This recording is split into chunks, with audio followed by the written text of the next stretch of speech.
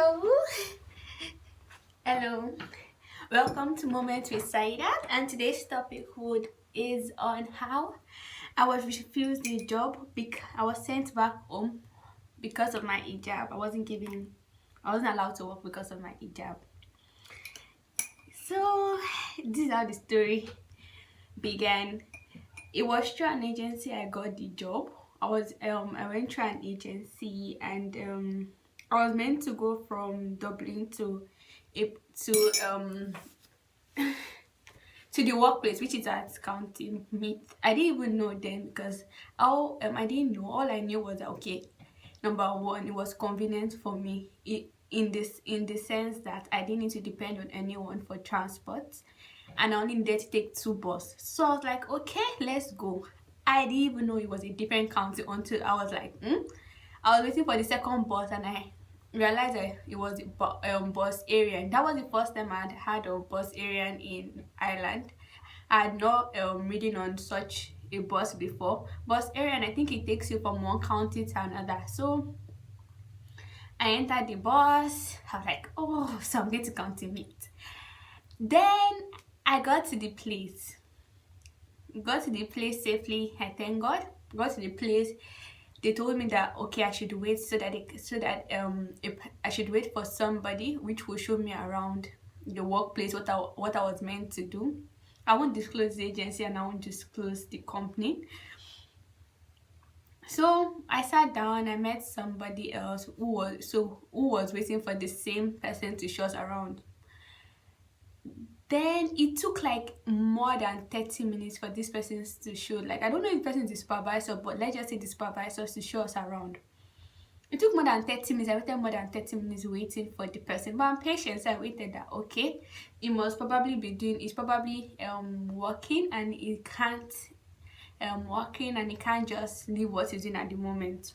When he came to show us around, so it showed us where we'll drop our bags and we'll leave our coats, which we did. Then we came out, the both of us. Then he said, oh, that I can't work with that I can't wear the hijab to work.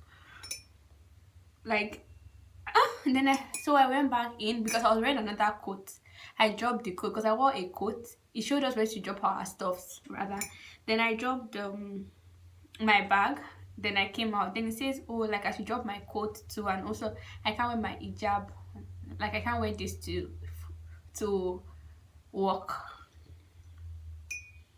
I went back in to let me just say the cloakroom. Drop my jacket. When I dropped my jacket, I tucked in my hijab. It's basically this hijab. I'm not this color, but this is the style like hijab I usually wear here. So I tucked it in my jacket that okay, maybe it's not comfortable with the fact that like it's long, it's not even long to be sincere. This is basically how I tie my hijab.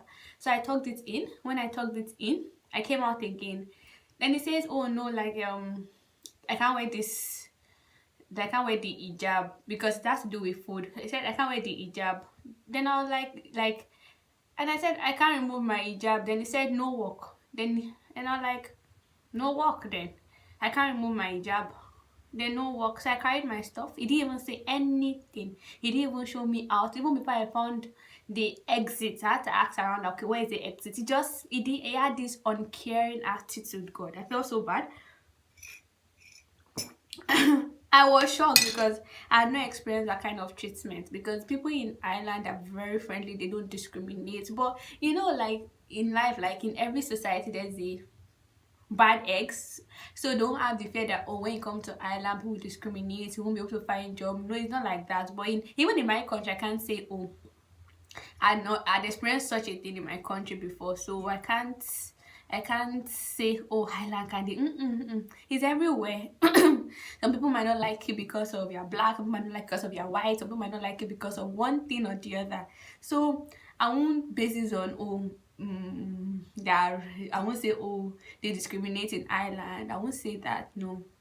But going back to the story, I went back.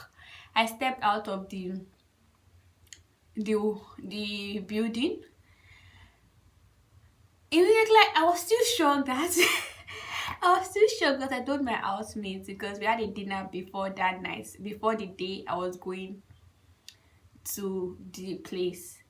I told them that okay, I'm going I'm going for I'm going to a new workplace. So I told one of them, which is that they asked me to remove my hijab, and I said no, and they told me no. What? They were like, oh, like, should they come and pick me because they had rented a car? So my husband had rented a car to do some shopping and to get a laptop.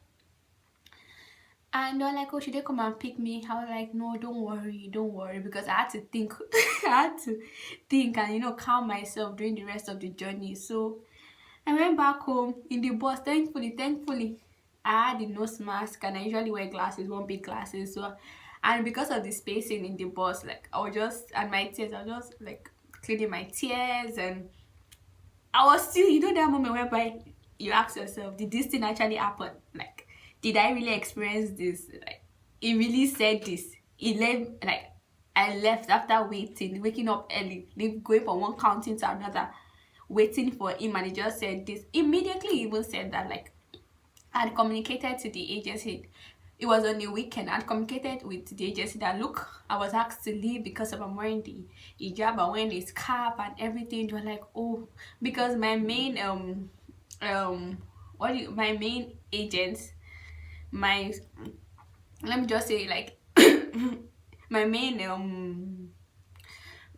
my main agent, like my supervisor, she wasn't working on the weekend, so I had to talk to someone else. So she said, oh, sorry, that, like, I should go back, and don't worry, they'll pay me for the time I used to get. They'll pay me for the time, for my time, and that I was very sorry, that she would let my agent know what happened. And I was like, okay, went home, went to the bus, nose mask, in tears. And when I got down from the bus, thankfully it was raining, so even if I was crying, nobody really saw. And in this country, on your own, on your own. So I'd calm myself before reaching home. And when I got home, dropped my bag where it's meant to be, refreshing, and just went to sleep, calm my head. I treated myself to a snack, and when my other housemate came, I told them that, oh, I would not want to talk about it today. Like, I want to forget the experience for now because it's still fresh. I don't want to break down. Then I just thought only positive thoughts, and the next day I was able to talk a bit about it. But now I'm comfortable talking about it because. But one thing I want to say is I don't feel that, oh, when you apply for work, they'll discriminate because of your hijab. No, it just happened then. Even my agent later called me, and she really apologized and said maybe the man, like, the man, like, it was she said it was miscommunication, and that, like, I can still go and work there if I want, but, like, I won't be comfortable. I want to be able to. Then she said it's okay, that she can help me find somewhere else. By the end of the day, I didn't end up working with them again. I didn't end up going, found another place to work. Just know, like, in life, you will face some trials, so don't think that, oh, coming here you get a negative vibe. No, the vibes I've been getting here have been majority positive vibes. I've met some lovely Irish people, some lovely international people, some lovely people in general. Like, I'm thinking maybe it's just that man that just he just displayed his own meanness, or I don't even have a name for it. But my dear, I'm still wearing the hijab, I'm still rocking my scarf, and nobody has the right to tell me to remove it. Okay? Thank you for watching. Please like, subscribe, comment. This is your baby girl, Saidat. Assalamu alaikum. Okay, bye bye.